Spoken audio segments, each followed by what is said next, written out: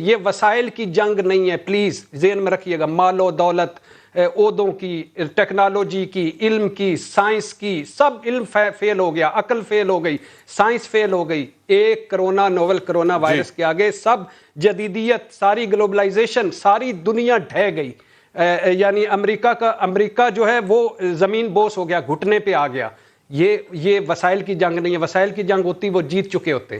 یہ صرف جذبہ ایمانی کی جنگ نہیں ہے.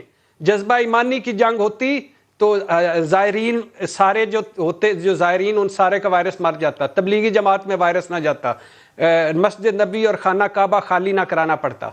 یہ کیا چیز ہے؟ یہ رسول اللہ صلی اللہ علیہ وسلم کی سنت کی جنگ ہے. پہلے احتیاط، اس کے بعد اللہ سے دعا. پہلے خندق کھودو، اس کے بعد اللہ سے دعا کرو. پہلے بدر میں خیمے لگاؤ، اس کے بعد اللہ سے دعا کرو. پہلے اونٹ باندھو، اس کے بعد اللہ سے دعا کرو. تو احتیاط اور اللہ سے توبہ استغفار، یہ دو چابیاں ہیں آپ کے پاس جس کے ساتھ آپ نے کرنا ہے. اور جو آج آپ نے کلپ دکھایا، آپ نے بنایا، میری خواہش ہے کہ آپ روزانہ اس طرح آتے جاتے یہ ہائی لائٹ کرتے رہیں. یہ بہت بڑی بات ہے اس وقت فیلڈز کی چیزیں آنے کے لیے. یہ میری عوام سے درخواست ہے. میں اپنے مالدار طبقے سے کہنا چاہتا ہوں، دنیا پوری میں کھلاڑی، اداکار، فنکار، فٹ بالر، کرکٹرز اپنی اوقات سے زیادہ دے رہے ہیں اور اتنا دے رہے ہیں. ہمارے لوگ کہاں ہیں؟ ہمارا بلاول بھٹو ارب پتی کہاں ہے؟ میں کوئی آج سیاست کی بات نہیں کرنا چاہتا، میں ویسے پوچھ رہا ہوں. میں ہمارے ہاؤس آف شریف والے کہاں ہیں؟ ہمارے سارے ایم این اے سینیٹرز کے کتنے انہوں نے جمع کروا دیے؟ ہمارے سارے ایم پی ایز نے کتنے جمع کروا دیے ہیں؟ ہمارے سارے کھلاڑیوں نے کچھ نے دیے، باقی کدھر گئے؟ ہمارے سارا مالدار طبقہ کدھر گیا؟ ہم سارے وہ کدھر ہیں جو مالدار حیثیت ہے؟ یہ ہوا حج اور عمرے آپ کے گھروں کے ارد گرد بکھرے پڑے ہیں. ایک بھوکے کو کھانا کھلانا، ایک کو بر وقت جا کے چیز دینا. یہ وبا ہے، آزمائش ہے، یہ اندیکھا دشمن سے سامنا ہے. یہ احتیاط کے دن ہیں، یہ صبر کے دن ہیں، یہ برداشت کے دن ہیں، یہ ایک دوسرے کی مدد کرنے کے دن ہیں. پلیز اس میں اپنا حصہ ڈالیں اور اس میں مالدار طبقہ آئے اور آگے بڑھ کر آپ اپنا حصہ ڈالے. اور بالکل ٹھیک ہے. ایک اور چیز میں یہاں پہ ایڈ کرتا چلوں، میں آ رہا ہوں آپ ہی کی طرف واپس آ رہا ہوں. بھٹی صاحب، وزیر اعظم صاحب کل جب میڈیا سے گفتگو کر رہے تھے تو انہوں نے یہ بھی کہا کہ ابھی ہمیں کوئی پتہ نہیں ہے کہ 2 ہفتے کے بعد کیا صورتحال ہوگی. اللہ کا شکر ہے کہ ابھی تک پاکستان میں حالات اس طرح سے نہیں ہیں، لیکن اس کے باوجود وزیر اعظم پاکستان از آن ریکارڈ ٹو سے کہ خدا نہ خواستہ 2 ہفتے بعد ہو سکتا ہے کہ صورتحال بہت زیادہ بگڑ جائے. اس وجہ سے یہ جو باتیں آپ کر رہے ہیں، جو میسج میں نے دیا اپنے انٹروڈکشن کے اندر، لوگوں کو زیادہ سے زیادہ اس کو فالو کرنے کی ضرورت ہے. جی فرمائیے. 100%. اور یہ میں ایک بات بھول نہ جاؤں پلیز، ہمارے ڈاکٹرز، ہماری نرسیں، ہمارے طبی عملہ، آپ، میں، میڈیا والے سارے جو رپورٹنگ کرتے ہیں، وہ فوج، رینجر، پولیس اور تمام لوگ جو ہمارے کیمروں کے پیچھے بیٹھے ہیں، جو اسٹوڈیو آتے ہیں، جو سارا کرتے ہیں، جو اس وقت فیلڈ میں ہیں، جو سڑکوں پہ ہیں، ان سب کو میرا سلام ہے.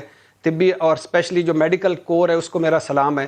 اور پلیز اللہ کے نام پہ ان ساروں پہ اگر آپ ان کی اصل شکریہ ادا کرنا چاہتے ہیں تو ان کی ہدایات پر عمل کریں، ان پہ بوجھ کم ڈالیں اور ان کی جو یہ کہتے ہیں وہ مانیں اور احتیاط کریں تاکہ آپ ہسپتال، ایمرجنسی اور وینٹیلیٹر سے بچیں. آپ کے پی کے میں دیکھیں 5,000 لوگ آئے تھے. کے پی کے میں 5,000 لوگ میں بتانا جو آئے تھے سعودی عرب سے، اور ان میں سے 2,000 کی انہوں نے ٹریول ہسٹری نکال کے کرونا ٹیسٹ کیے، باقی 3,000 مسنگ ہیں. اسی طرح کئی لوگ بھاگ گئے ہیں. پلیز اللہ کے نام پہ یہ نہ کریں کیونکہ آپ یہ پھیلا رہے ہیں. عجیب و غریب بات یہ ہے بھٹی صاحب، جو لوگ مسنگ ہیں نا، ابھی تھوڑی دیر بعد فردوس عاشق اوان صاحبہ ہمارے ساتھ اس پروگرام میں ہوں گی ٹورڈز دی لاسٹ سیگمنٹ. وہ لوگ غلط نمبر اور غلط پتہ لکھوا کے چلے گئے ہیں. گورنمنٹ آف پاکستان کے لیے جی گھروں کے پتے غلط ہیں، فون نمبر غلط ہیں. یہ سوشل رسپانسبلٹی ہے، یہ اخلاقی ذمہ داری ہے ہماری کہ اگر ہم آ رہے ہیں، خدا نہ خواستہ ان میں سے 2,500 لوگوں میں سے کسی کو وائرس ہوتا ہے اور وہ اپنا نمبر غلط دے گیا یا پتہ غلط دے گیا، گورنمنٹ کے لیے اس کو ٹریس کرنا کتنا زیادہ مشکل ہے. تو یہاں پہ اب گورنمنٹ کو بھی تو نہیں قصوروار 100% ٹھہرایا جا سکتا. نہیں، بالکل نہیں. جی ٹھیک ہے. سلیم بخاری صاحب نے ہمیں جوائن کیا ہے. سلیم بخاری صاحب، بات یہ ہو رہی ہے، ایک پہلو تو ہم نے ڈسکس کیا آلریڈی کہ اس میں ہمارا کیا کردار ہونا چاہیے اور ہمارے سماجی رویے کس طرح کے ہونے چاہیے. ایٹ دا سیم ٹائم ایک چیز جو میں آج ڈسکس کرنا چاہتا ہوں وہ یہ ہے کہ اس میں تو کوئی شک نہیں ہے نا بخاری صاحب کہ جب بھی اس طرح کی کوئی آفت آتی ہے، وبا آتی ہے، تو وہ اللہ تعالیٰ کی طرف سے ایک آزمائش ہوتی ہے اور اس میں ہمارے لیے ایک اپرچونٹی ہوتی ہے کہ ہم اپنی اصلاح کر سکیں. اور یہ جو وبا آئی ہے جس میں میں پہلے بھی کہہ چکا کہ 21ویں صدی کی انسانیت جو اپنی ترقی پر بڑا مان کرتی ہے، بڑا غرور کرتی ہے، بڑا فخر کرتی ہے، وہ اپنے آپ کو بے بس پائے کھڑی ہے. تو اس کی کیا وجہ ہو سکتی ہے؟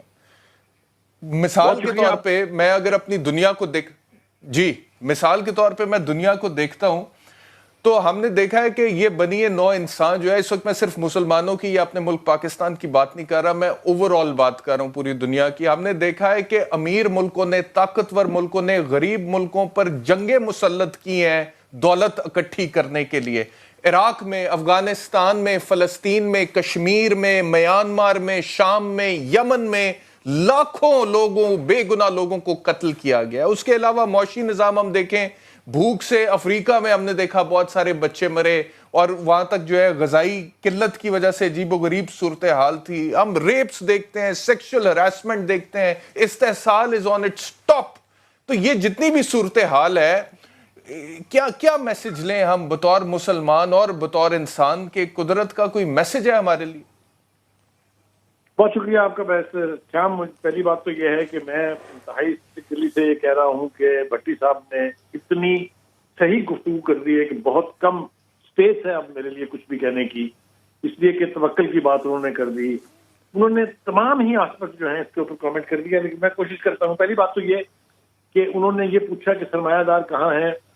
اس کا جواب جو ہے وہ یقینی طور پر لینا چاہیے، کیونکہ پاکستان کی ریپوٹیشن یہ ہے کہ یہ دنیا میں 5واں بڑا ملک ہے جو چیریٹی کے اعتبار سے باقی پوری دنیا میں جانا جاتا ہے. چیریٹی کا جو یہاں رواج کہہ لیجیے یا جو ہماری جو سنت ہے یا ہماری جو سابقہ روایات ہیں اس کے اعتبار سے اس کی کوئی کمی نہیں ہے اس ملک کے اندر.